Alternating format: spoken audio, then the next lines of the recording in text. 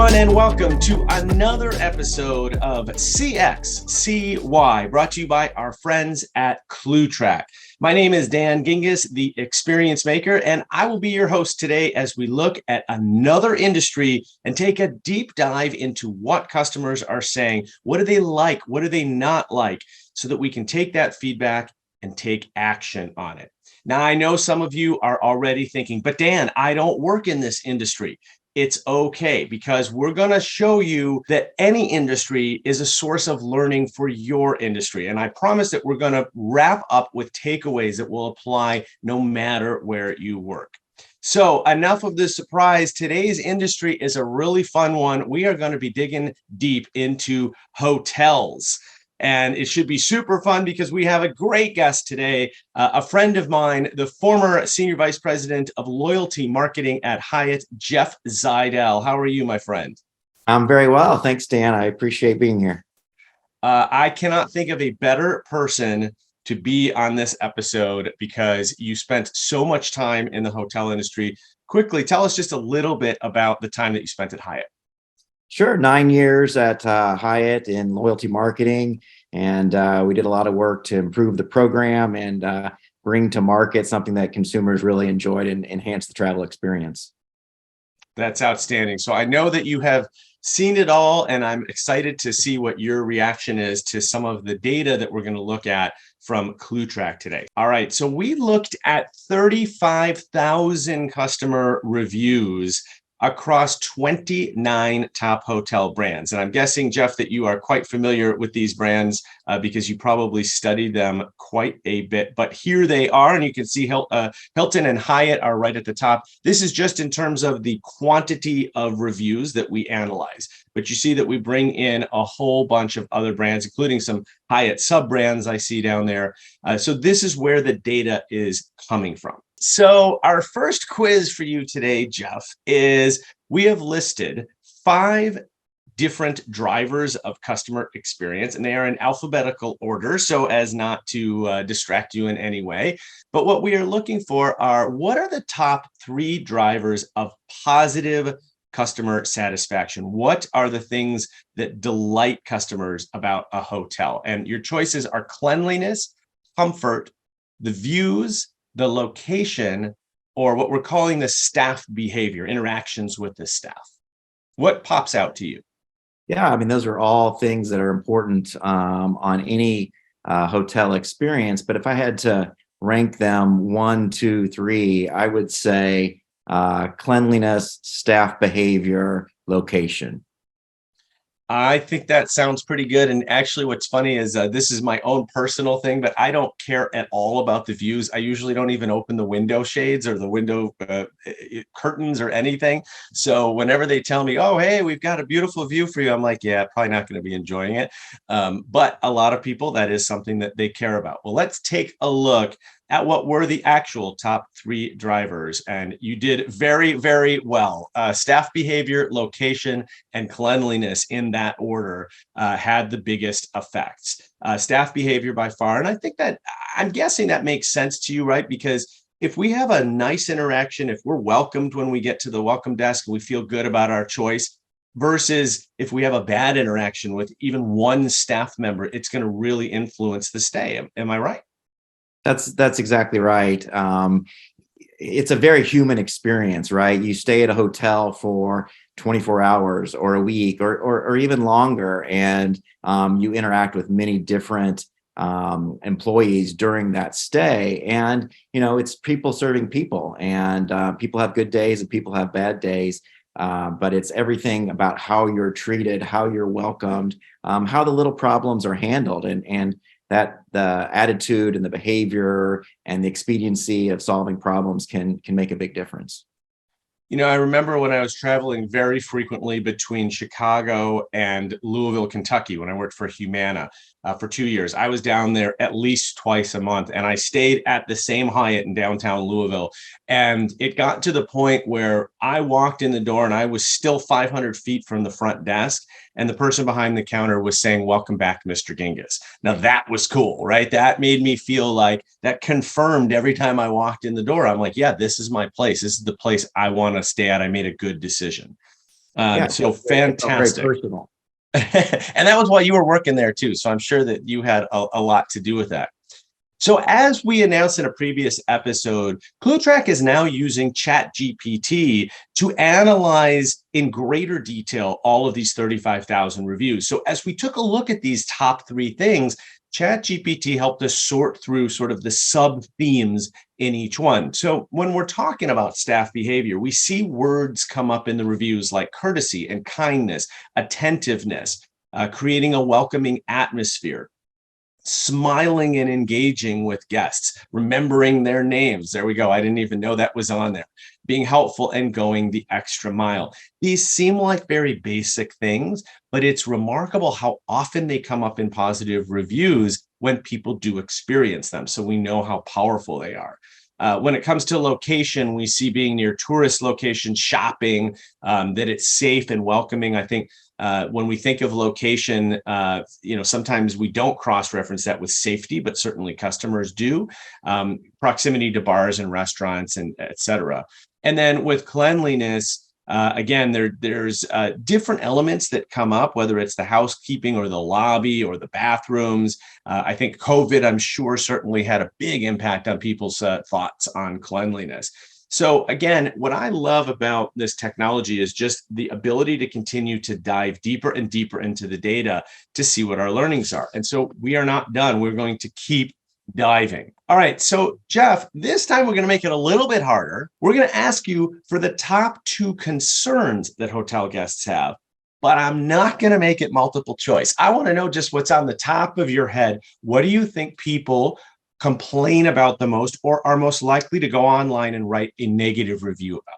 Well, in thinking about the items that we just talked about, moving beyond that and understanding what people really are going to be inclined to complain about, I think one is value for the money.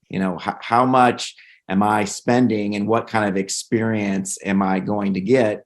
And then second is just expectations. We have very high expectations of the customer experience itself. And is that customer experience going to live up to our expectations? You're taken out of your element. You're a guest in someone's hotel, and you want to make sure that experience is seamless. So that's what I'd say would be the two things that people are going to complain about the most. As it turns out, price is the number one thing that people complain about. And I want to dig into that a little bit with you. And it turns out that parking was actually something that came up, which was a little bit surprising to me as well. Now, before we dig deeper into that, Jeff, I want to talk to you about the price issue, because what I find as a consumer that's a little bit strange is, take Hyatt. Hyatt has a whole bunch of brands underneath it. So does Hilton, so does Marriott.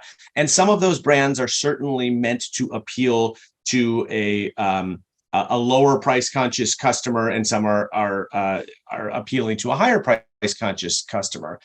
What I find, though, is that it is not necessarily linear, that it is not always that the least expensive hotels have the worst experience. In fact, some of the lower end sub brands have wonderful experiences that you don't even get at the higher end brands. So how do you guys think about price versus value? Well, I think it comes down to that any hotel at any price point, you can still have a great experience. Doesn't matter if you're paying $100 or $200 or $300 or $400. All of those price points, you can have a great experience. It comes down to expectations. What do you expect to get at each of those price points? And did the experience over deliver or under deliver versus, what you thought you were going to get? And it all comes down to the people and the product. Are the people enthusiastic? Are they warm? Are they welcoming? Are they caring? And is the product in good shape? And I don't think those two are always related, not necessarily highly correlated with price. So what should a consumer expect at a $400 hotel versus a $100 hotel? So I'm going to spend 4 times as much. What do you think my expectation should be walking in? Well, one, it might have a better location. It might be more centrally located. That's going to drive price. You might have a larger room. You might have more amenities. You might have more food and beverage offerings, more resort-like amenities. It might just be, that brand is at a higher price point. It commands a higher price point because of its reputation, right?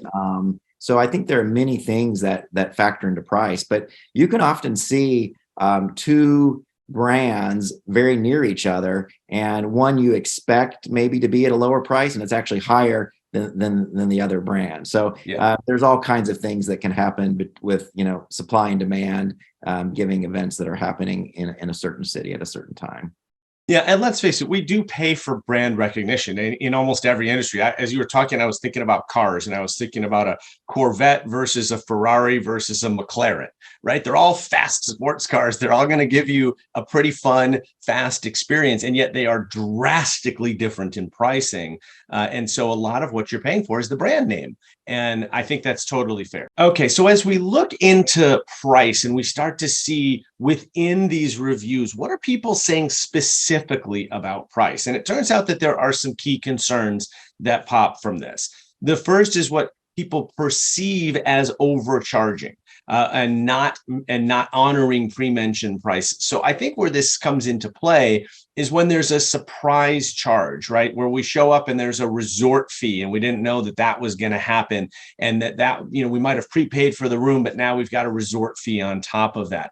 There was also some mention of charging for items that weren't being used, which I think is actually what the resort fee is supposed to be doing. I don't know. I don't like resort fees, but that's a whole nother discussion.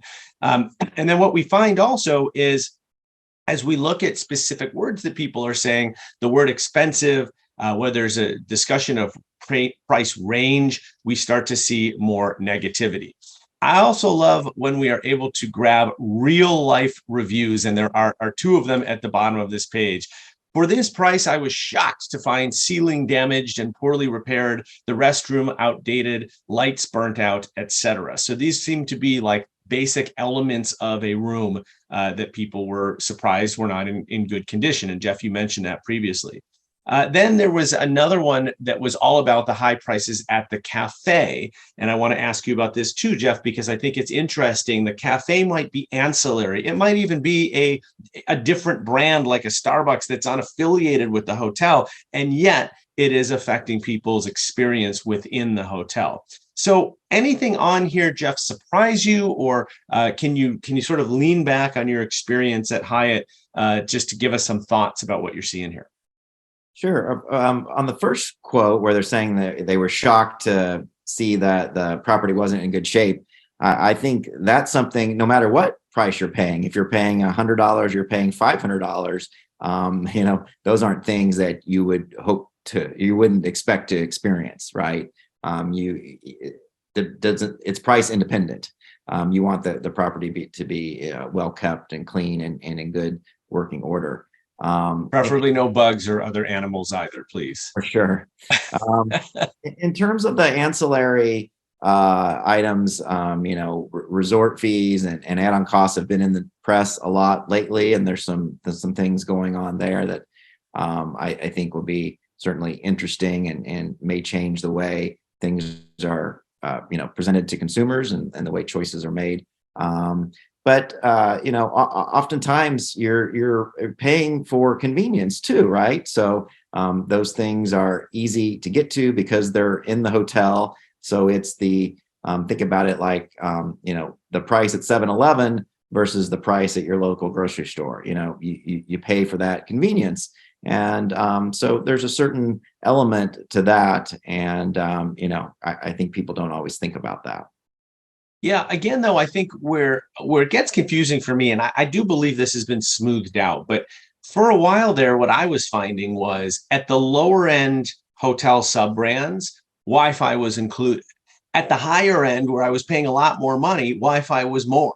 And that always seemed like it should be reversed to me. And I wonder if that's the source of some of this feedback, is that, hey, if I'm paying top dollar for a room, I sort of expect, as you said before, more amenities, or that the amenities are included.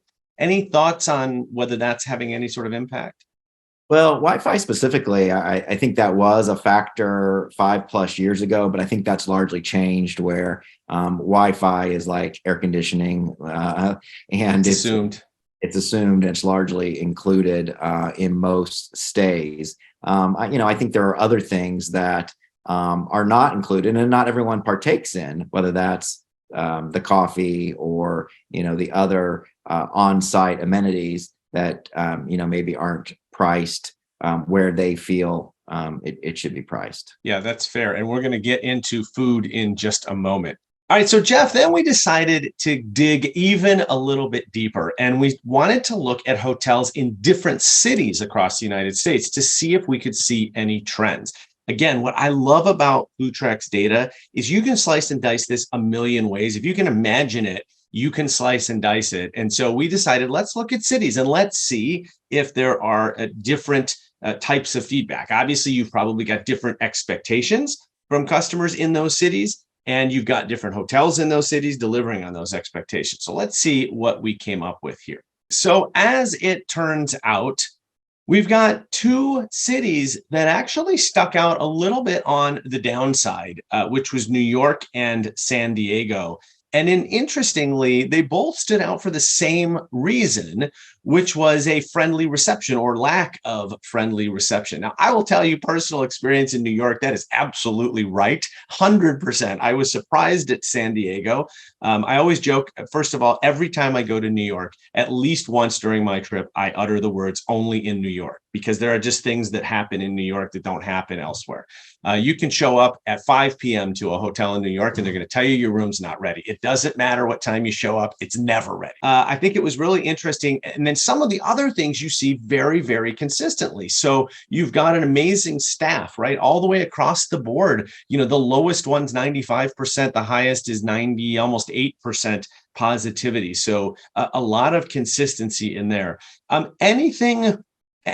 Anything where you're like, oh yeah, of course, New York and San Diego. Does this surprise you at all? Well, overall, like you said, these scores are very, very high. Like everything is in the 90s, except friendly reception across the board. So even in, Chicago, Boston, San Francisco, friendly reception is lower than the others. So, nothing hits me over the head like a ton of bricks of why in particular, New York and San Diego would be lower. I've had great experiences in both of those cities, as I have in, Boston and San Francisco. So yeah, fair enough. I was surprised at San Diego because I found everybody to be incredibly nice in San Diego. New York, I don't know, maybe it's just growing up in Chicago where we've got a chip on our shoulder for being called the second city all these years. We'll see. Right. We also looked into cleanliness by city and looked at the ratings there. Again, San Diego having a little bit of trouble with lower rankings, frankly, by far on clean bathrooms and clean towels. But as Jeff pointed out, something like clean towels seems to be a little bit challenging across all cities.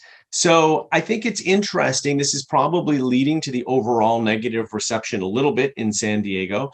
But again, if we can dig into this, and we could, I'm sure, dig further into the specific hotel brands within San Diego, and maybe it's one or two brands that are really causing the data to be off. But when you're able to dig into these different layers, you really can identify both the experiences that are generating lots of positive reviews that we want to keep doing, and also the experiences that are causing negative reviews that we want to stop doing. So overall, we took a look at different kinds of customer profiles to see if there was any sort of difference in their experiences. We looked again at families and couples, solo travelers, groups, people traveling for business, people traveling for pleasure. I don't think it's terribly surprising that groups were the highest satisfied. I'm guessing they just have more fun, right? They're going to dinner with people, they're having drinks, they've got adjoining rooms, and it's just an overall experience. What's nice to see, though, is that the other ones are all fairly consistent.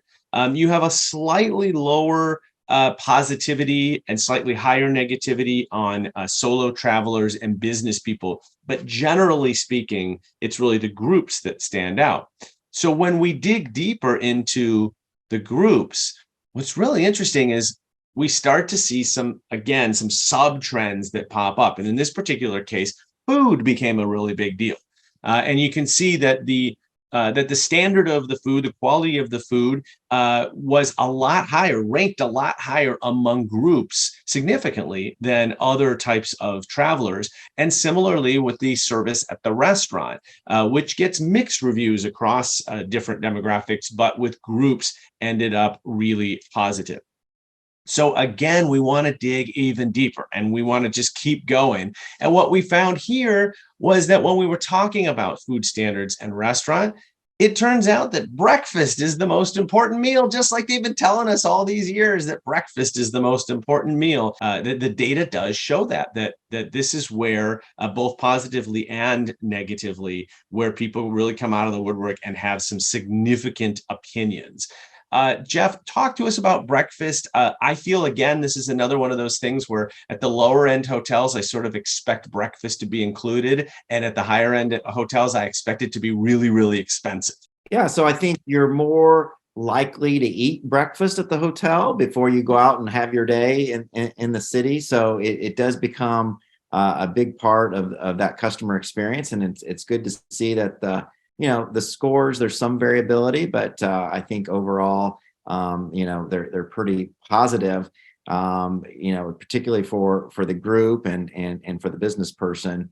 I can't think of anything in particular on solo travel, why that one would be, lower versus the other ones. And, I think it's, as you said, it's an important part of the day. And I think that comes out in this data. As a frequent solo traveler, because I travel a lot for work, the only guess that I have there is that going to a restaurant by yourself is never particularly comfortable. So there may be something there. I was just recently traveling and I went to a sushi restaurant and I got to sit at the sushi bar.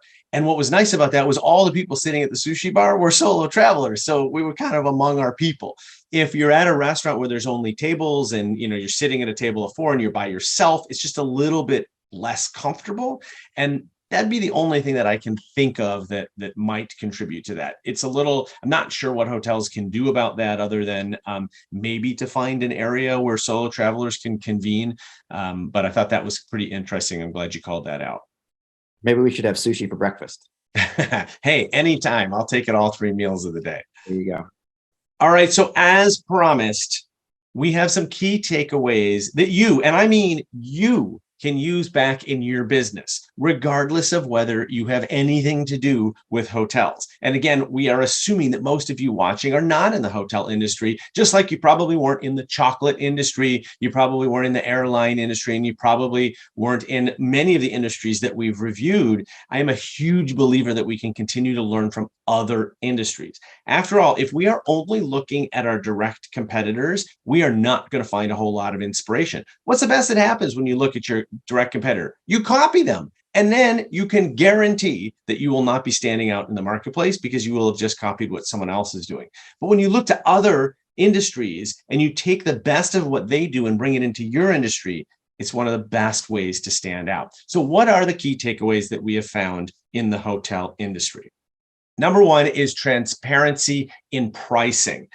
Customers want to know what they're going to have to pay all in. I notice some hotel chains now are offering the ability to toggle on and off to see the price with all taxes and fees included, right? I always toggle that on because I want to know, you can get surprised going to big cities like New York, like Chicago, where the taxes are actually a pretty significant part of the cost. And while I understand that the hotel would rather show you the daily rate without the taxes because they don't benefit from the tax, the consumer wants to know what's all in. The attention to detail. I love this one because I'm such a believer that the little things really matter and they add up. So small details matter. Being able to find an adequate parking spot, for example, can affect the overall experience. If I've got to park a half a mile away and now I'm lugging my luggage all the way to the front door, by the time I walk in, I'm already in a bad mood and I haven't even spent any time in the hotel yet.